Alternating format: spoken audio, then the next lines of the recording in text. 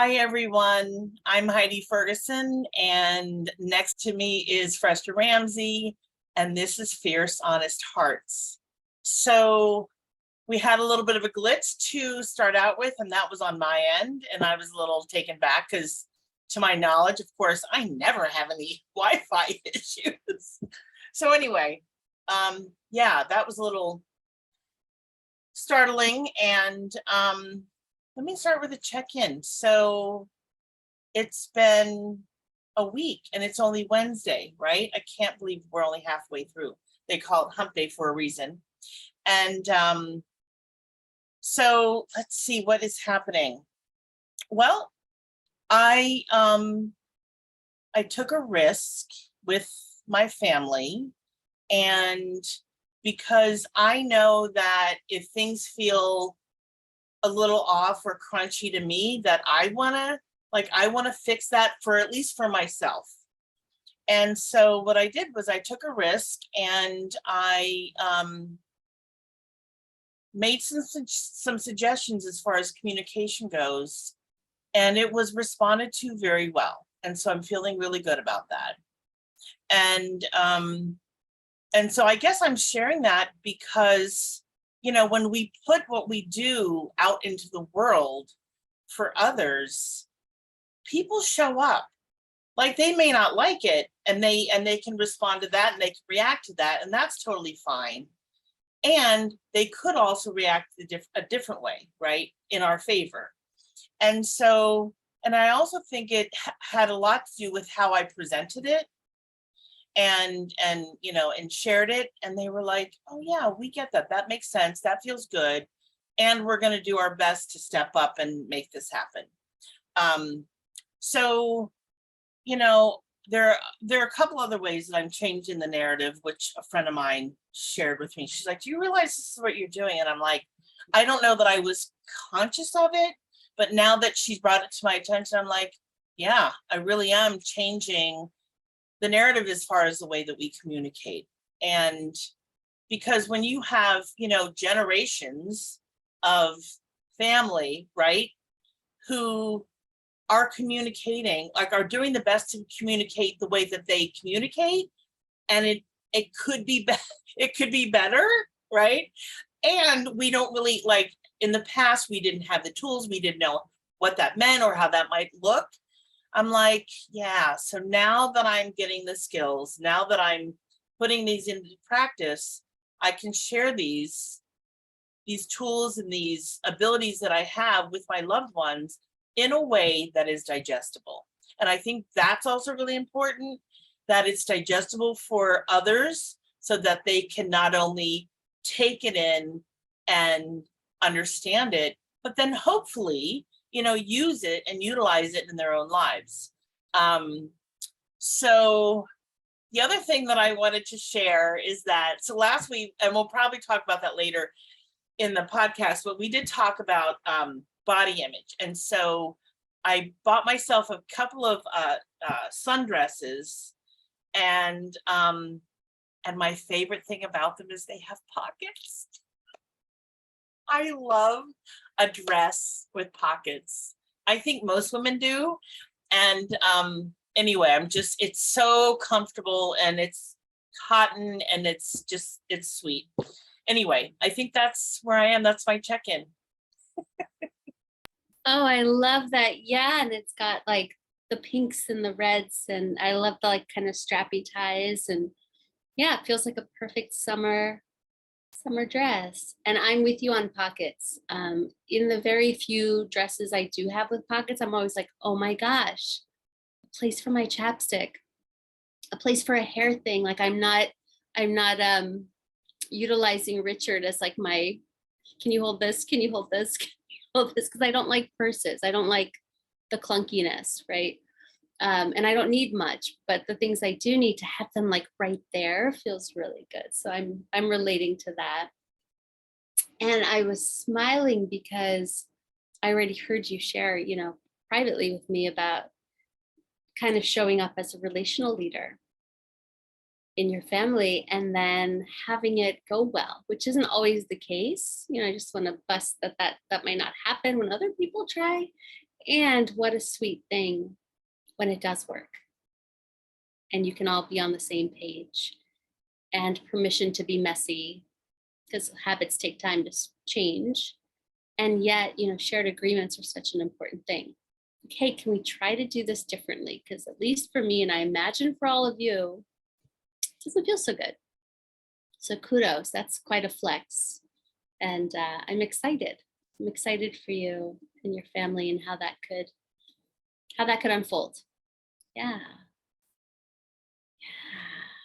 Trying to think about my check-in. And I think certain things will come through as we talk, but for me, I'm feeling the fullness of my efforts, right? I certainly give as from 100% of what I can give on any given day to my clients, to my students, to my friends.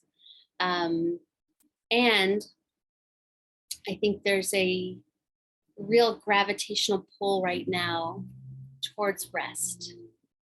And it's interesting, it happens to me at the transitions of seasons, right?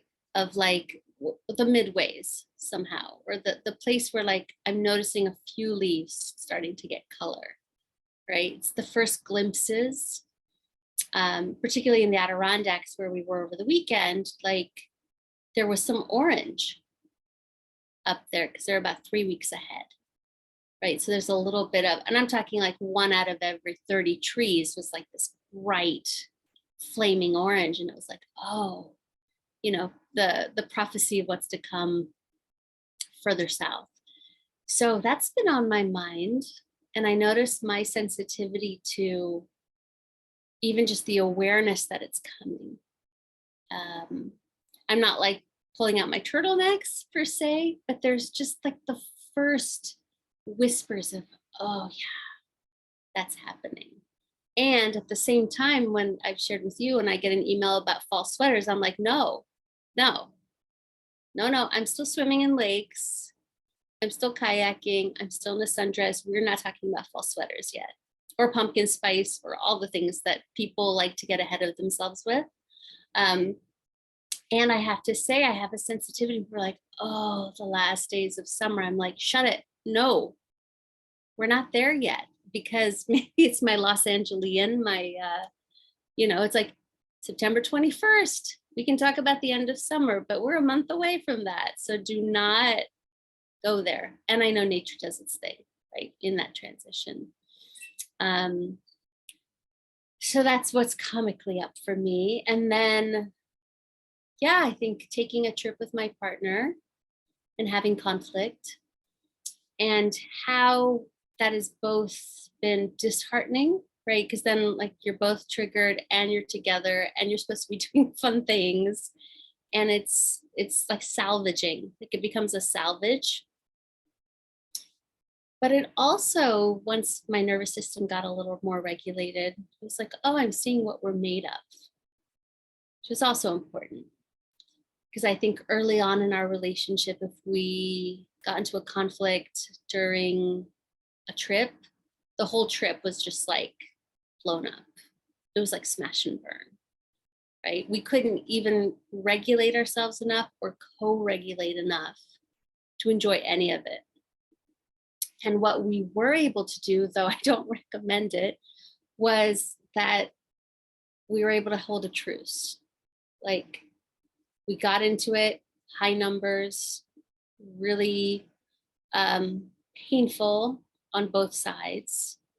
And then he was sane enough, I would say resourced enough to say, can we just have a truce on this? Can we put this in the later container? We'll bring this to couples coaching. Can we still enjoy some of this? And I'm proud of us. Like it was messy, right? And every little comment could be a trigger. So it's a very delicate, it's tender work at that point. We're still able to enjoy some meals and paddles and swims. And yeah, like it's progress, though it's still bittersweet. Right? Because there's a place of like, oh, I was hopeful that this would be like playful, joyful, intimate. And it was like playful, joyful for like 12 hours. And then a conflict happened and we had 3 more days to go. And so the rest was less playful, less joyful, not intimate. I mean, intimate in a different way, not physically intimate, but like intimate in a, how the hell are we going to do this? Like, we've got 3 more days together, without distractions and with these edgy nervous systems. So it was a massive flex, I will say, heavy lifting, steep climb. And, we've got couples coaching tomorrow and we're being kind and civil to each other in the interim. It's the best we can do right now. Like, it's the best I can do, is to not add any harm to it. And to trust that we will be guided through how to do this in a resourced, regulated way by someone who knows us well and knows our individual, tripwires, so to speak. So, yeah, helpers need helpers. We do. Yeah, helpers need helpers. Yeah. So I'm curious if you felt like, so you said that happened within the first 12 hours. Like, we got there Friday and it happened like Saturday, early afternoon. Yeah.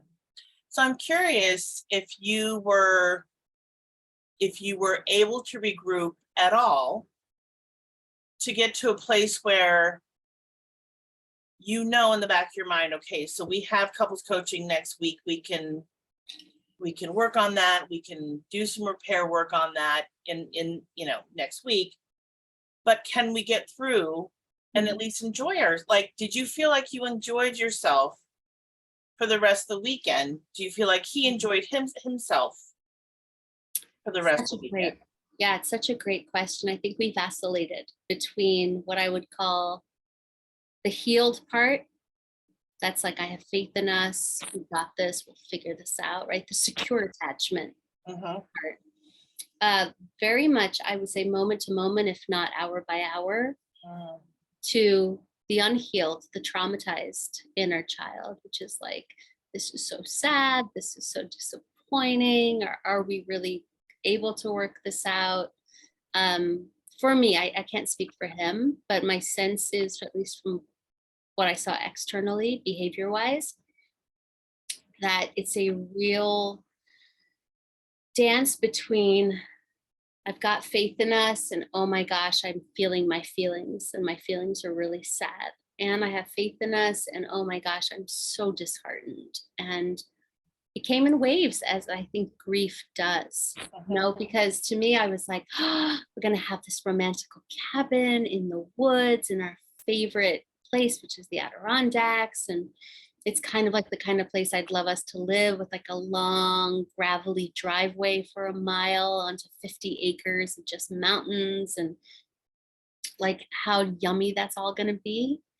And then it had this bittersweet quality of, we're in this beautiful place, both feeling so tender and raw,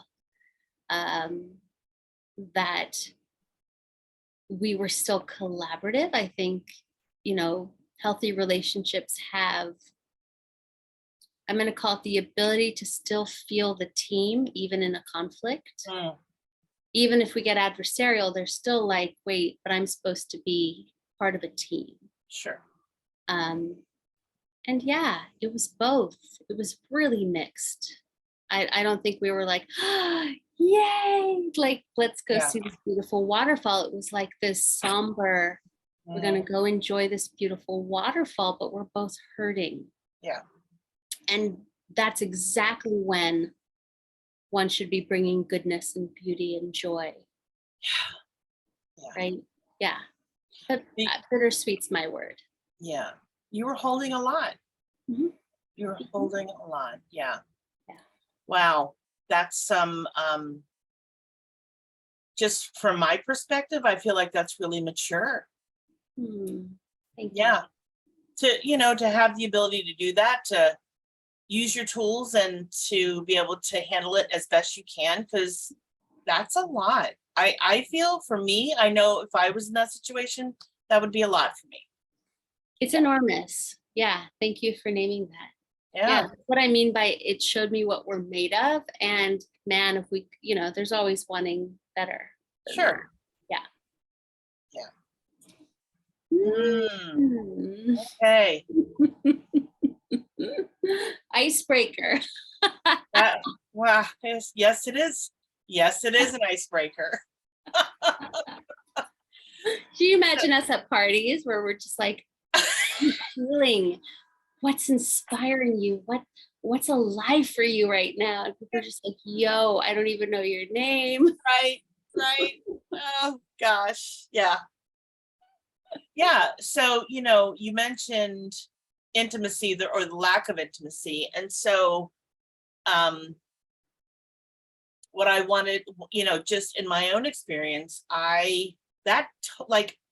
it's so like I'm feeling the depth of the grief of that, because this is how it could have been, right? And then when all this stuff, or when even a little blip can really kind of implode things in a sense, and then you're like, yeah, that's not going to happen.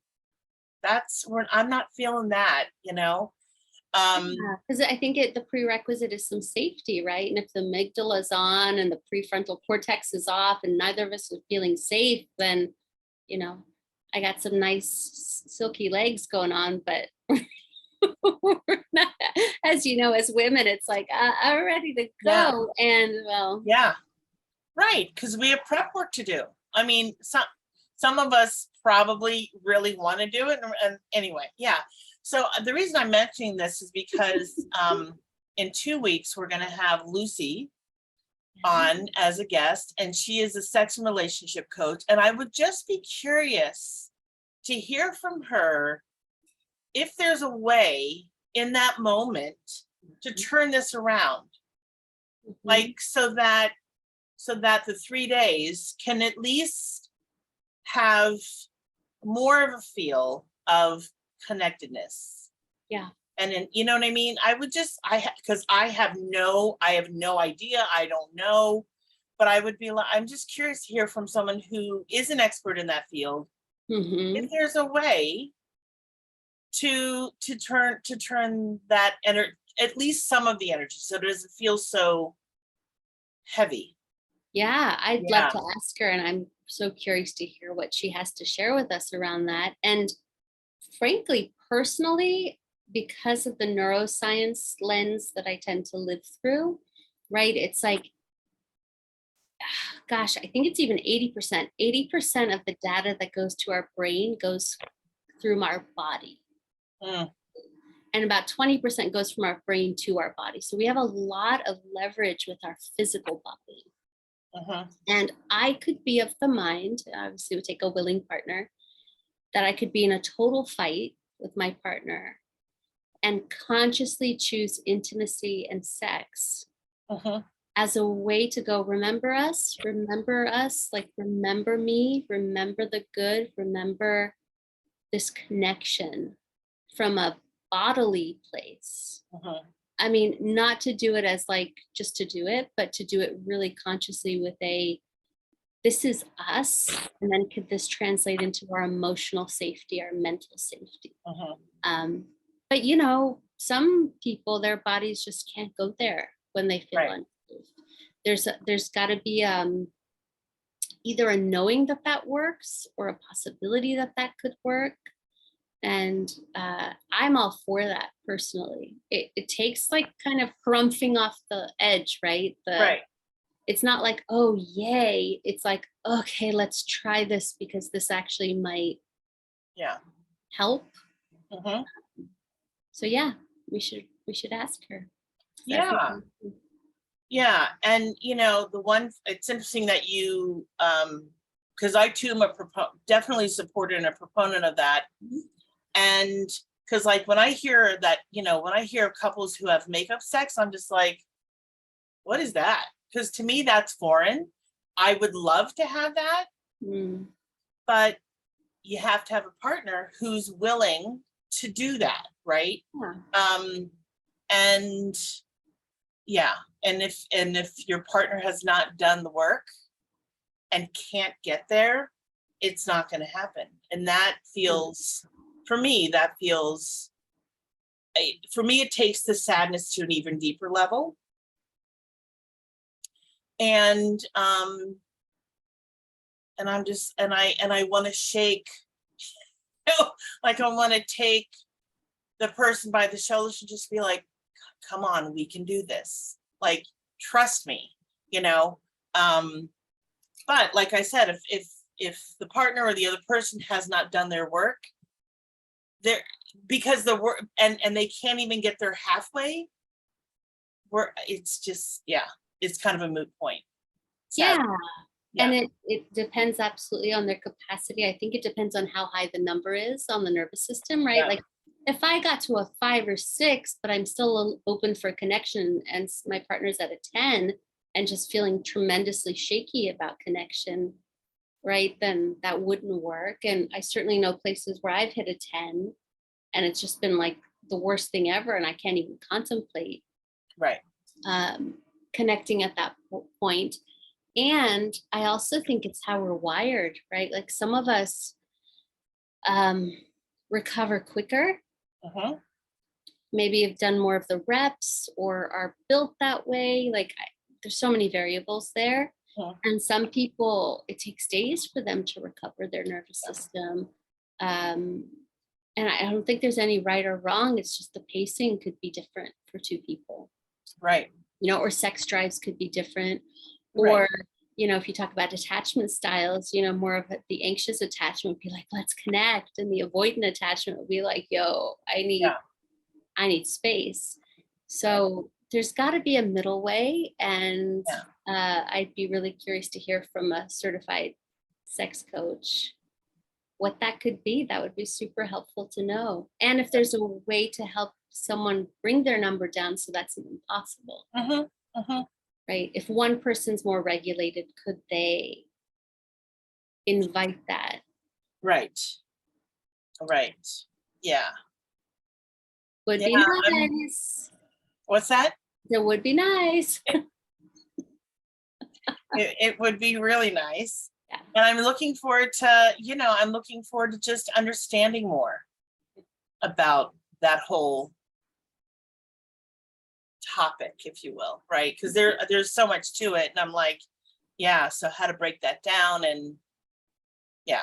Anyway, so. Yeah. So I'm curious for you, because you've been flexing some of your relational tools and muscles and stuff. And I asked you this before, I think privately, but like, how does it feel to be a relational leader? How does it feel to maybe be the one helping those you care about navigate things differently? How does it feel? To witness yourself there, right? Like leading. Yeah. So how does it feel? It feels, I feel a responsibility with it.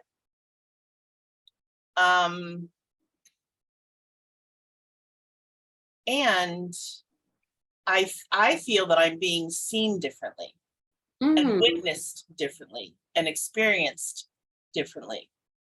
So that feels good. Like, I know that's a kind of a general word, is good, but it feels good to be seen differently in my family. And because a lot of my life, I felt not completely invisible, but I didn't feel very visible. And, when you have, I have 3 sisters and a brother, and my brother always gets attention because he's the only boy, right? And he's very outspoken and he has a lot to say, et cetera, et cetera. And then we have my oldest sister, I'm in the middle. And we have my oldest sister, same thing, she's the oldest. So she's, wherever you are in line, you're just treated differently. and also based on your gender, right? Mm. So, yeah, so I'm aware of that piece, and I don't have any resentment. I'm just like, it's something that I've noticed throughout my life. I'm like, okay, so this is where I am, and this is my place, et cetera, et cetera. And then to know that I have done, and I know this, I can just say this because it's true, which is I have done the most work, personal growth work in my family. Mm. And some of my family members have no interest in it, and that's totally okay. But this is where my meat and potatoes is. This is who the essence of me is. And I live here, I thrive here, I love it. This is how I relate to people. And so that's really important. And just for them to, for the remaining four. So yeah, my mom, sister, sorry. They're only, sorry. I'm like, the math is not that hard, Heidi. So anyway, for the remaining four, I'm like, oh yeah, they are experiencing me very differently than even 5 years ago. But certainly like in my 40s and my 30s, I'm like, this for me, it's a game changer. To be And visible, to be seen. absolutely. Mm. And in a different, not just to be visible, but to be visible in a different way, to be showing up differently. For 100%. yourself, like also. 100%. Yes. Yes. Yeah. All of it. And yeah,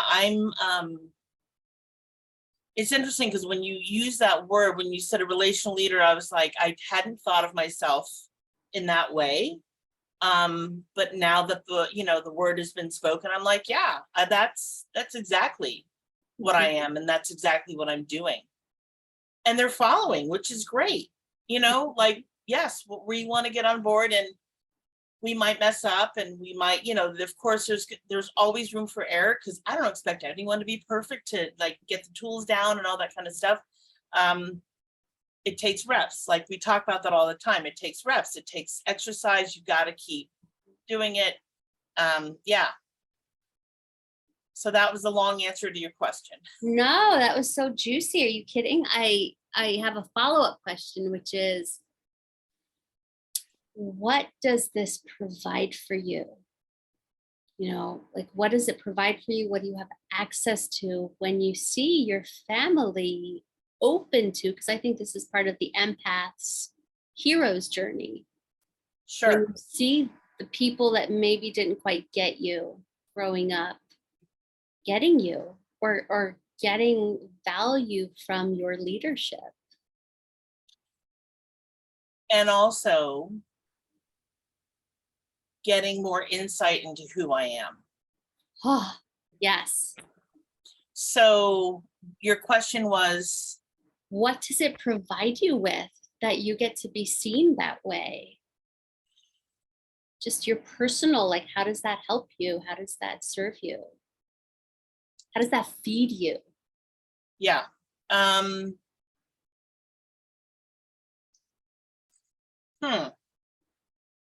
How does it feed me? Because my story is you're getting to be seen for one of your core gifts. I get to be seen and. Yeah, I said my story is that you get to be seen in one of your core gifts. Oh, yeah. Yeah. So how does it feed me? What does it provide for me? It provides for me, I want to say, a semblance of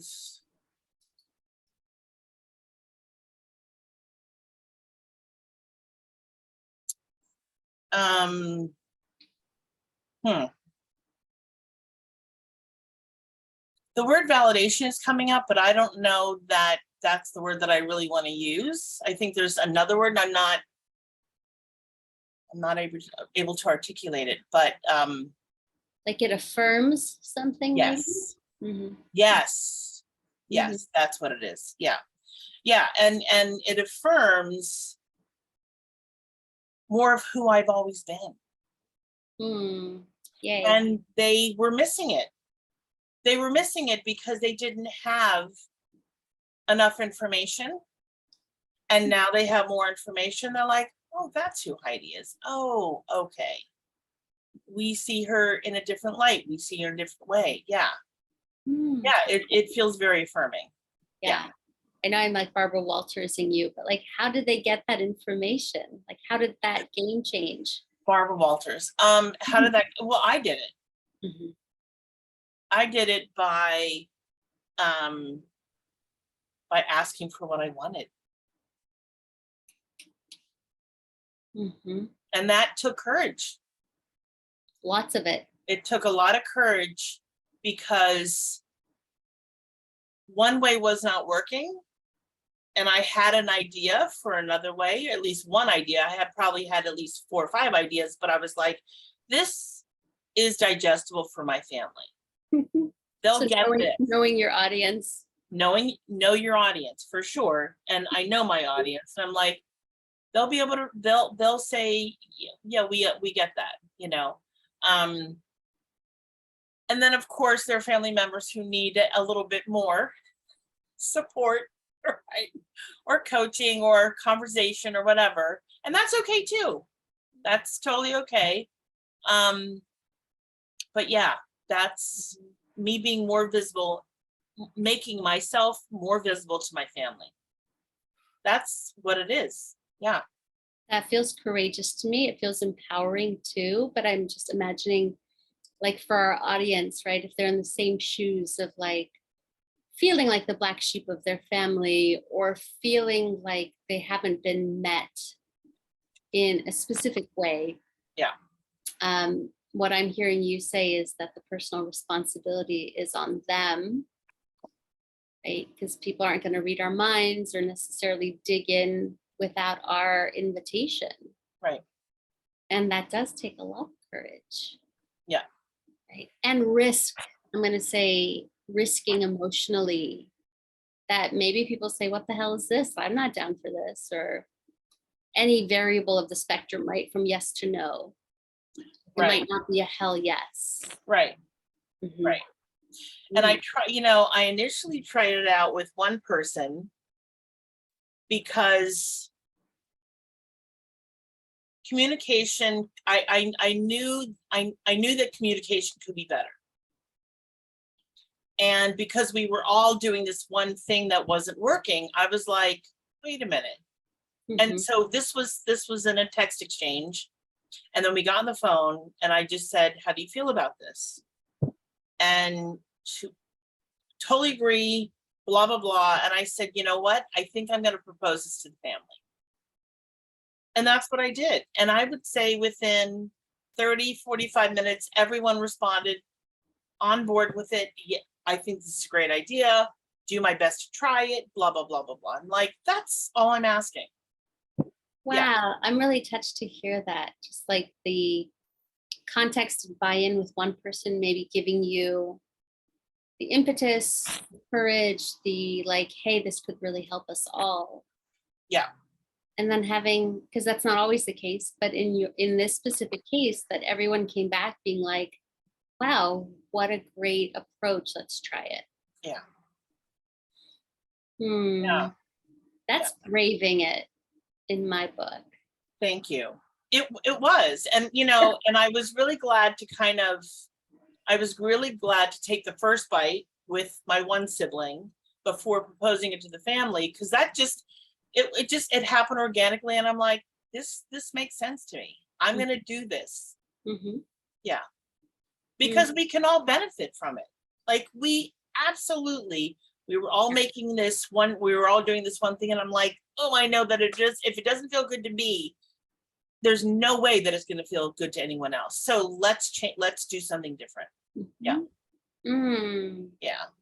Man, I want to invite that invitation to anyone watching. And I gulp a little thinking like, where could I bring that, because challenge is edgy sometimes to me. Yeah. And I continue, at least in my exploration with clients, for all the times I used to hold back challenging them.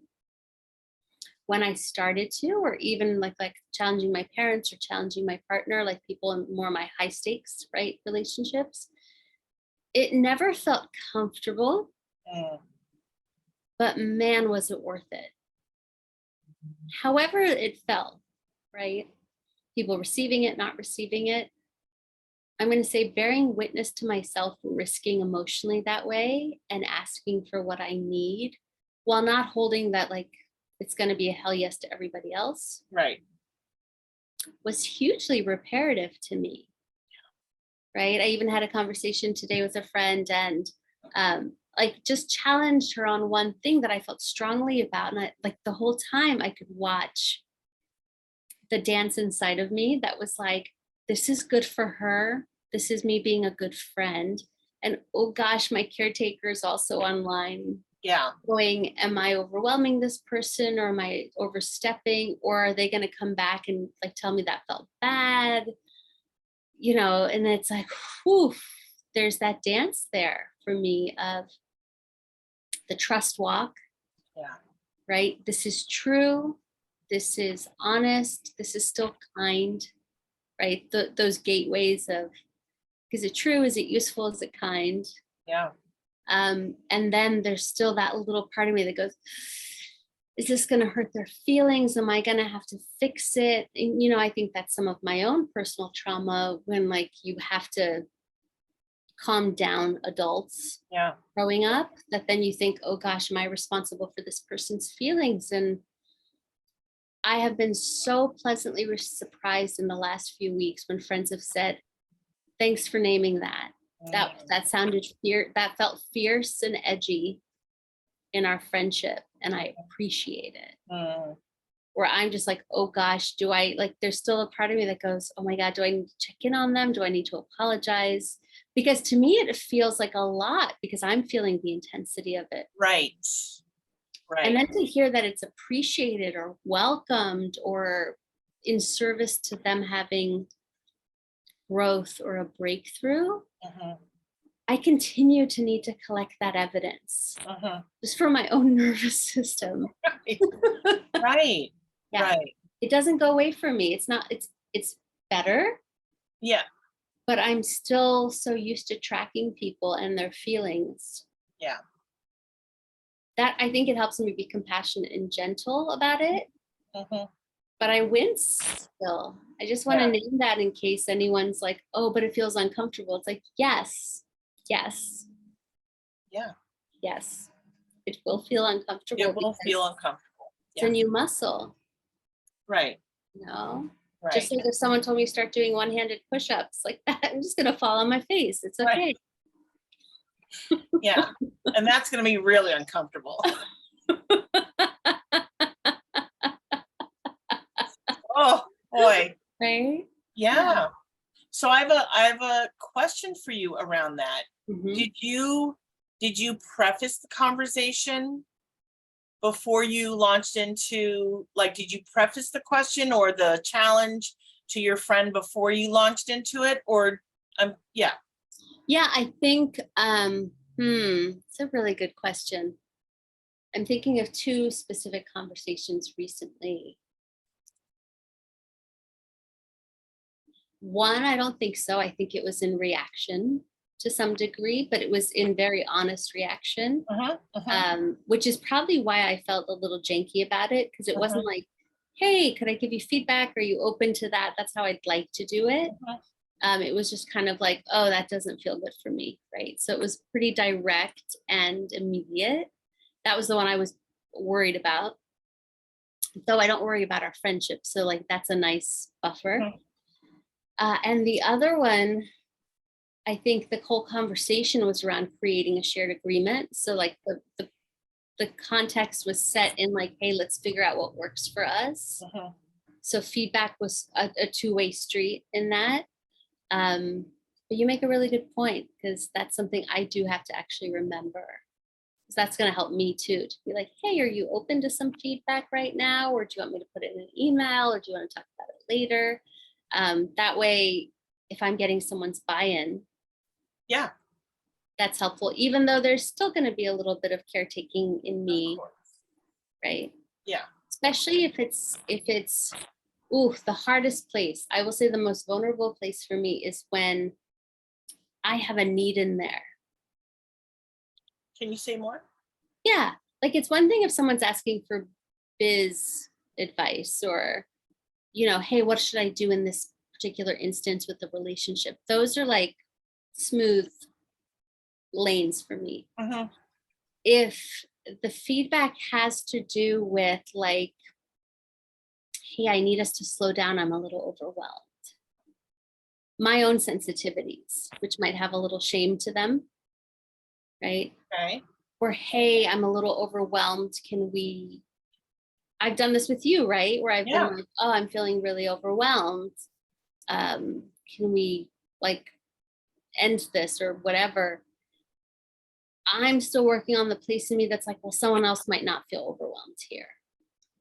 Or someone else might be able to keep up with like the speed or how verbose or how much info is coming in, but not me, right? Like I'm still working, it's better, but I'm working on that place that's like, if I have to say to my partner, hey, I need you to slow down in order for me to hear you, there's like a little shame in there. Really? Yes. And the shame is because this is something that you need? Because I make up a story that other people could handle it and I'm sensitive. Oh my gosh. Can I give you a little feedback? Please. This Yeah. is coming from my Care Bear heart, which is, let me just tell you how I receive when you say to me, can you slow down? I immediately like, okay, Heidi, you're bulldozing, and we need to really slow it down, because in my head you have to. So the way that Heidi's brain thinks, my brain thinks, is I'm like, even I have words coming out and I'm already in my head, I'm 5 steps ahead. So I could even be talking faster, right? And I'm like, okay. It's and I'm also feeling like, okay, this is good. You need to be reminded. Because when you ask me to slow down, I realize that I need to slow down for myself. So if you're asking someone to slow down for you, no, really do know and believe that you are also reminding them to slow down for themselves.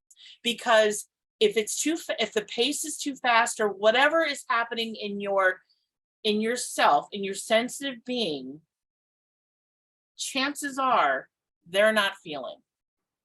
Yeah, they're anxious or they're excited or whatever it is. And it's so, because of the work that we do and being highly sensitive beings, it's important that we feel. And it's important to even though we may not be feeling the same thing, it's important for us to feel, but it's also important for the person who we're talking to also be feeling. We don't know what they're feeling, but if they're moving and grooving and talking too quickly, they're not going to be feeling anything. And that has an impact. Yeah. So I always really appreciate when you do ask me, hey, can we slow down? I'm overwhelmed. I'm like, oh my God, yeah, absolutely yes. Because if you're overwhelmed, I'm probably overwhelmed and I'm not even aware that I'm overwhelmed. I so really appreciate you sharing that. The gift that you are giving is huge. So if you can think of it as, oh my gosh, instead of oh my gosh, I'm a bother, I'm too needy, I'm too sensitive, blah blah blah, all of that, and instead think of it as, I'm doing myself a favor, and I'm doing the person across from me a favor, because I feel like this is going too fast, so it probably is going too fast. Thank you. I'm receiving that. And it makes a lot of sense to me that if someone's maybe not as present, they're like sped up or whatever. I have this one tiny story that's like, oh, they were so excited, and that's had them, sometimes sped up. Sure. And like, am I dampening their excitement by telling them to like slow way down for me? Right? Because then I notice like the tone drops, the presence is more, and they're not in the like, oh my God, this and this and this and this, right? Right. And then I'm like, oh, did I dampen your joy? Or did I help? Like what I'm hearing you say is like, it's helping you get more presence. It helps me, and whoever you're talking to get more presence and to feel more grounded in themselves. And you have, I mean, and I'm sure you know this to be true, just generally about human beings in the world, we're going a mile a minute. Most of us are going at such a fast track that we have no idea what we're doing or how we are in the world or how we show up or how people are perceived. We have no idea because we're not feeling anything. We're not allowing ourselves to feel anything. And that is so important. It's so important to feel and to be grounded and to be present, not only with another person, but especially with ourselves. And we can't do that if we're speeding along. We just can't. It's not possible. I so appreciate you sharing your experience, because that helps me brave it a little bit more in those moments. I would say particularly for me, it's speed, verboseness, right? When it's just like a lot of words, it's not quite succinct. And I would say, because I've been thinking about doing a reel on this, like monologuers, which if I may share an experience, I would love to, because I actually had it as a thought in my head, because it happened this week, right? Where I had gone with Lindsay to one of the local spiritual shops in Nyack to do an aura reading many months ago. Okay. I may have shared this with you. I don't know if it was online or not. And I was so excited. I hadn't done an aura reading in like probably 8 years, whenever I was in LA, because it was a thing back there. And so I was excited to just see like the colors of the aura and get an understanding of where I'm at. And it's just like a fun thing. And I was going to get to see her, and we were going to have like cacao after. So she had finished her reading, Lindsay had, and I was going into this kind of like, quiet room off the shop. And the woman, Sandra, was in that kind of energy, sped up. I don't know what to explain it, but I came in pretty chill. And the first thing I said was, "Hi, I'm Firishta," like, trying to say my name. And I'm always happy to practice it with people. And she said, "Oh, honey, I'm never going to remember that. I'm just going to call you honey." This is my internal reaction when people tell me that. As a foreigner, as a person of color, as a woman with a unique name, I am more than willing to practice my name with people, but I'm not okay with someone saying in such a dismissive tone, "Oh, I'll never remember that. I'm just going to call you honey." Now, I felt so blindsided, I didn't even say anything. It was just like, wow, that's dehumanizing, right? And then Sandra proceeded for about 20 minutes to monologue on my aura. Like, didn't take a breath, right? Now, mind you, she's doing a reading for me, so the dynamic is different than a conversation. But there should be room for like, no, yes, I resonate with that, something, right? So I left feeling really discouraged, really dropped, I think dehumanized, demoralized in that experience, when I thought I was going into something super exciting and positive. So I emailed her this week. And I said, "Hey, the experience with you has lasted for me for a few months.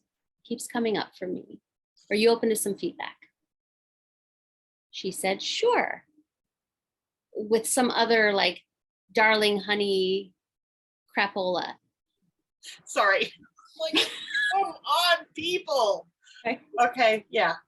So I shared with her, "Hey, this is what I shared with you. I was excited to be there. I felt really dismissed when you didn't even bother practicing my name. I mean, listen, I'm a foreigner and I got to learn your name. So respect, right?" And then the fact that the monologuing was a bit flooding and overwhelming for me. And that while she was handling the reading, there was like, she didn't take a breath. Hoping in the spiritual world, which isn't always the case, that there would be compassion, humanity, personal responsibility, the things. And her response was, "Thanks, we have different perspectives." cool, but you're not sharing yours. And you're certainly not validating mine. Right. So I just responded back and said, oh, I was hoping for a more compassionate and relational response.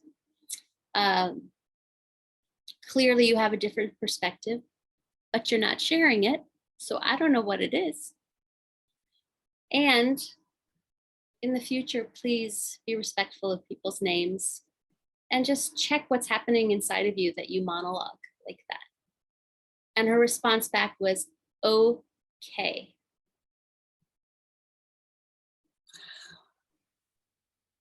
Wow. So I was like, wow, these are the moments where, like, I'm so glad I did that. It's off my plate. It's off my emotional plate. And just really surprised slash not surprised, because I don't know her from anybody Yeah. on the street, right? That it wasn't like, oh man, the last thing I wanted you to feel was discouraged and dehumanized from that reading. Like, I hear you, I get it, right? Like the things we teach in authentic relating, right? Oh, that was so not my intention, but I can so see why you felt flooded and demoralized. Oh, I'm sorry. Could we try that again? Or would you consider whatever? It doesn't even matter. It doesn't have to be a mulligan and like, let's do it over. But just to like, oh, my heart feels bad that was your experience. I mean, please don't ever go to anybody and say, we have different perspectives. That's basically this relationally. It is. It's non-relational. Oh my, oh my God. Wow. Which, listen, I'm strong enough to be like, I tried. Not a high stakes relationship. With homegirls in one of the spiritual places, I might drop in. Yeah. See how we do. But I thought, wow, how is it like to be with Sandra if she can't receive feedback? This is the whole opposite of caretaking with somebody's feedback, but just what's it like in our world when someone actually won't even receive our feedback, right? Won't even, let's say, respect that was our experience, even if they don't agree with it. Right. Yeah.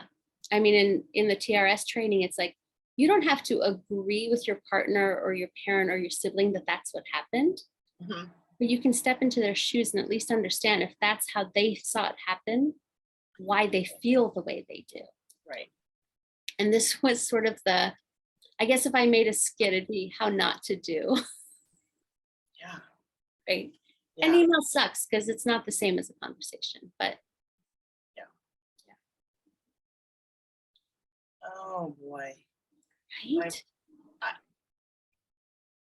I don't even, I have nothing. I'm like, it just doesn't compute in my head to be that way.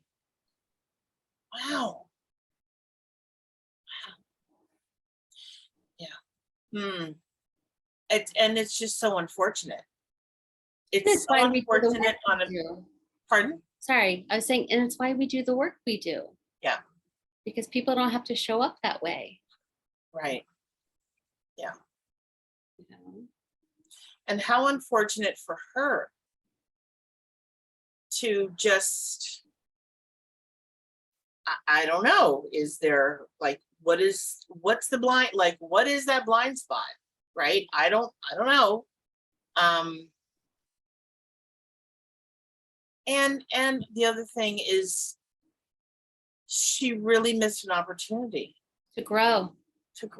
She missed such a huge opportunity and a really important opportunity. And what I did was say, I'm not going to rob her of that opportunity by not delivering the feedback, but I have no idea the outcome of the feedback, right? That's just normal. Right. Yeah. And bottom line, when people have unique names, take a moment. Right. It's fine. You got to say it 3 times. There's no shame in it. I learned a long time ago, if I wanted people to say my name well, I'd have to practice it with them. Yeah. And it's so dismissive to do the opposite. Yeah, it You know, really is. it's like me being like, oh, I to your name, right? Like, I've never heard of that. Like, I can't even. Yeah, It's lazy. it is lazy. Yeah, It is. and I'm gonna say entitled. Yes. Yes. Whether white privilege is there or not, there's like this little thing of like, oh, your name's not easy. Yeah.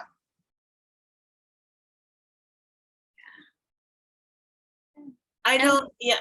yeah, I have you ever had, and obviously it might not be the same situation, but have you ever delivered feedback, let's say you were proud of, even though it didn't land? Because I think that's important for our audience too, that like, it's not about it landing for that person and the outcome. It's about like, you still delivered that feedback for you.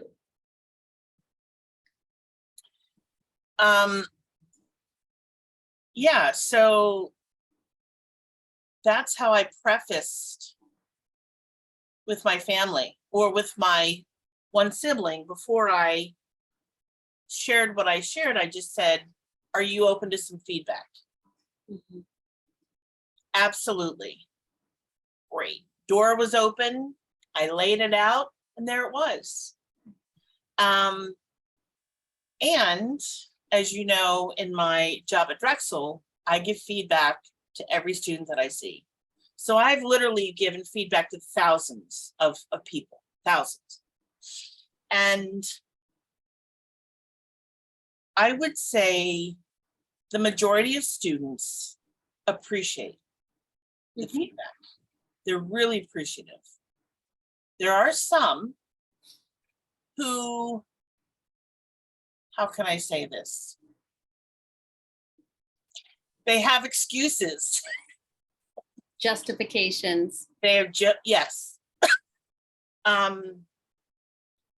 For, and I don't want to say their behavior, but it is part of it's their behavior, part of it is how well I was treated or how, how they articulated a question, if it was impersonal or whatever.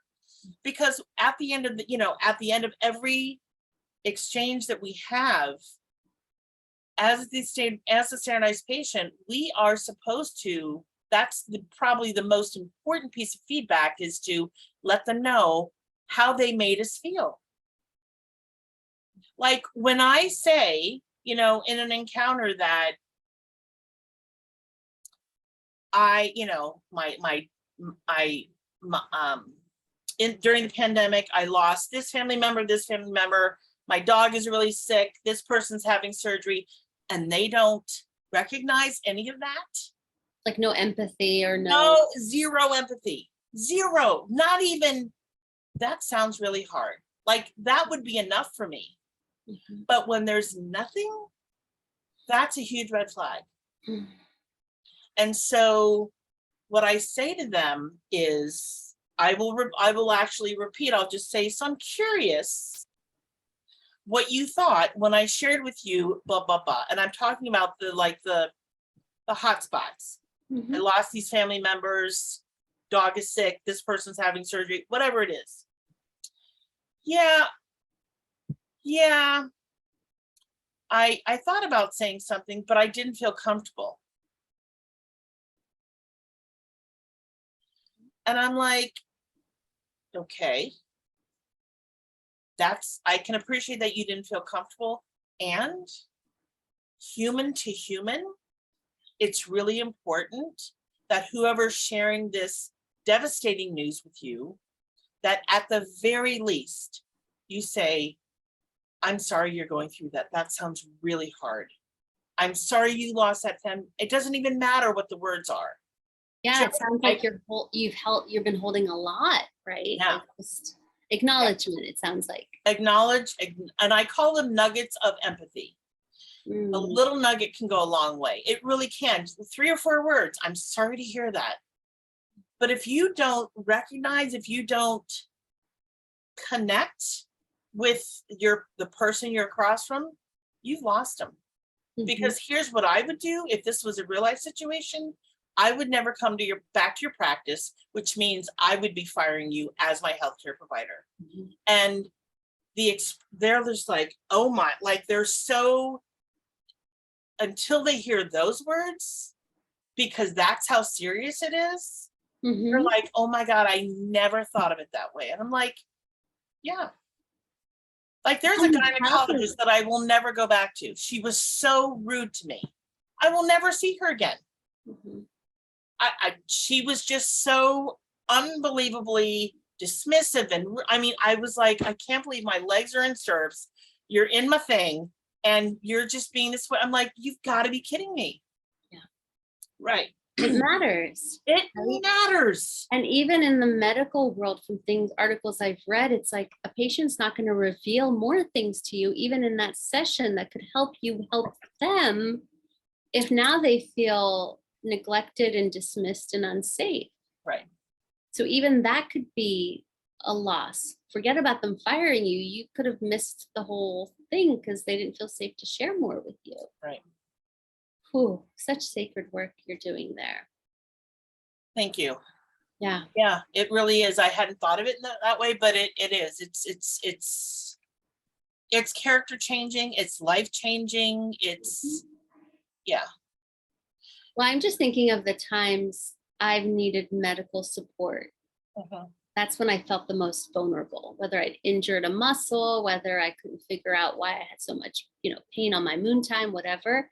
It really fucking mattered whether that person had a pulse and a heartbeat, and that heartbeat was attached to their ventral vagal and to their mouth and to their facial expressions, and Yes. that they were human, Yeah. first and foremost. Forget being a professional, that's easy. But to be human, Yeah. say, I remember my GYN in LA, who was just such a sweet human. And when I was having struggles, he's like, listen, we're going to get to the bottom of this. I know this is hard. Hang in there. We are going to figure this out. Like, I'm not going to leave you hanging, you know? And that has stuck with me. That was probably in my early 20s, 20 years. Because he was like, I'm not going to abandon you here. We're going to figure this out. And I can see why this is like so painful for you. Right. I continue, and I know this is my bias. I continue to wonder where people lost their humanity and empathy. And I get it, life's hard. We get armored, we get protective, we get hard. But whew, Yeah. has me curious, Me too. Me too. because the self-protective move isn't for us. It can't be. Right. And I know when I get there too, it's not a great place, Thanks for sharing that. I get super excited about the work you do, because those are the people who will be caring for us when we feel the most vulnerable. Yeah. That's why I call it sacred work. Mm. Yeah. Last thing I need is a machine staring at me I know. when I'm struggling. And for those of us who might have endured neglect and other things, it's like an extra trigger. When someone's like flat affect, Right. just like, Yeah. that can seem like a negative to people who are like, oh my God, you got a pulse. Where are you? Right. It not only can seem like, but it is a negative. And a threat. And it's a threat. It definitely has a negative impact. It doesn't feel good. I mean, yeah, all of that. Absolutely. Absolutely. Yeah. What a great conversation. As always, I'm amazed every time. Yeah. I'm always more lit up. Like sometimes I come in here a little tired from the day, and I always leave here just being like, I don't know, twinkly and Yeah. Me too. Thanks, friend. Oh, thank you, friend. Oh It's yeah. lovely. It's always delightful, and I learn something every time, and I'm always enlightened. I'm like, God, can it get any better? Like seriously, can it get any better? I don't know. It seems to get better every week, but Well, I so appreciate your energy and your Oh, wisdom and just your, vulnerability of the strongest kind to mm. share what's on your heart and what you're working through and where you're like doing the reps this week. Yeah, I learned so much from you. Thank you. You're welcome. It's a pleasure. Thank you. So shall we pivot? Let's do it. All right. I have two questions. The first Okay. question is, what is your favorite word? Probably delicious. Oh, that's a good one. That's such a good one. I Oh, think, yeah, delicious. Luscious would be a second, mm, a runner up, like when things uh-huh. are delicious. But those kind of words, delicious, I feel like I can use that for a meal, for a sunset, for like really good sex, for I don't know, even like how wonderful bed sheets feel. Like, oh, they feel Oh, yes. delicious on my skin. Like um it it feels like it encompasses the rapture of life Mm, for me. mm. Yeah. How about you? What is your one of your favorite Well, words? one of my favorite words is yes.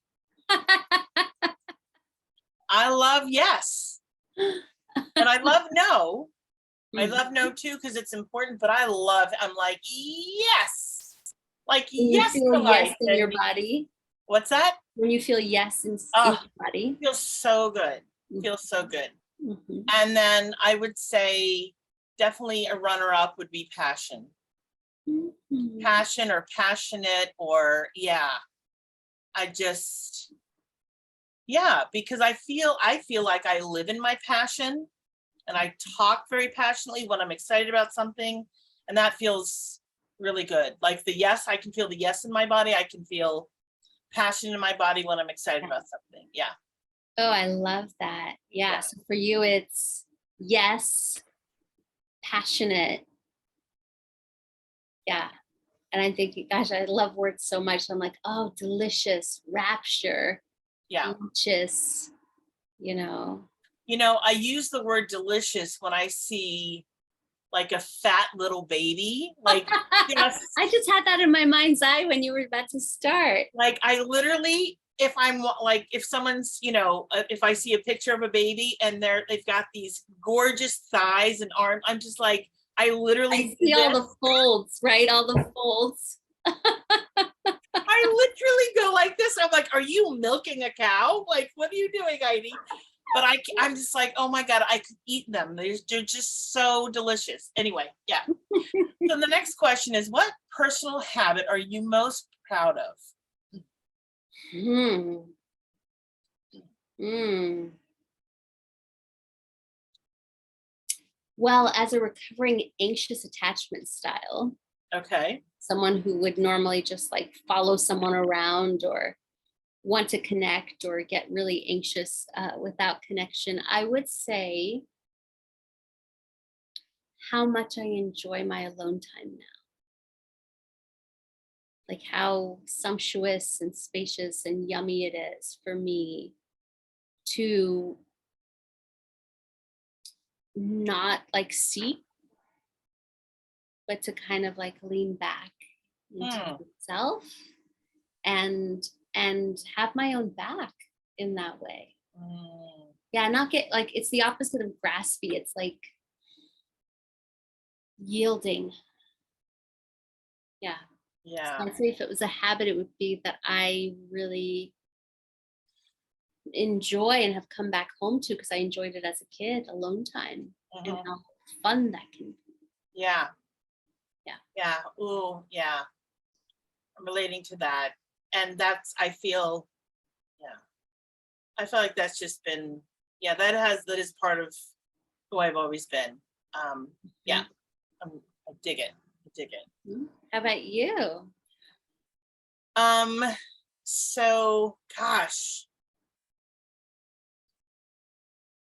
I really am appreciating my habit of being mindful, like almost to, I don't want to say almost to a fault because I don't think it's a fault, but just being so aware and mindful of a lot of things. I almost said everything, but I'm like, that can't possibly be true, but of a lot of things. Being And able to hold it all. what's that? Being able to hold it all. Being able to hold it all and really being, and not just hold it all, but in a very mindful way. Mhm. Yeah. Mhm. And that goes with not only how I live my life, but how I'm relating to people, and then how I am managing my home and being mindful about my surroundings and all of that. That's really important to me. Mm, Yeah. Yeah. that. Thanks, friend. Feels Thank you, friend. like get to know you better. I know that sounds so silly, right? We've known each other for a while, and yet every time I know. I feel let in to more of your world. And yeah, it's like getting to meet you today, Oh, right? Might have met you earlier today or Monday or whatever, but right. like Yeah. getting to meet you today in what's alive for you. So Yeah. thank you. It feels really good. Thank you. I feel the same. Yeah. Yeah. Like I said, I'm always surprised, like I'm surprised and I'm not surprised, because it's the way the conversation goes and it's organic and it's very free flowing. And I feel like we have this way of surrendering to one another in, in this capacity. It's really lovely. Yeah. A lot of trust in that. A lot of trust. I would say nothing but trust. Mm-hmm. Yeah, for Mhm. sure. So thank you for being that person in my life. I really appreciate it. Thank you. Yeah. Thank you too. Mm. And thanks, To our folks. audience, yeah, to our audience, thank you for watching and being with us. And we are launching another Authentic Relating, even when it's hard, starting on the September 28th. 28th. And we'll be talking a little bit more about that. And in 2 weeks, we are going to have Lucy, the sex relationship expert, certified expert. And that's it. We'll see you next time. Thank you, my friend. And yes, until then. So much love. Mwah. Bye, everyone.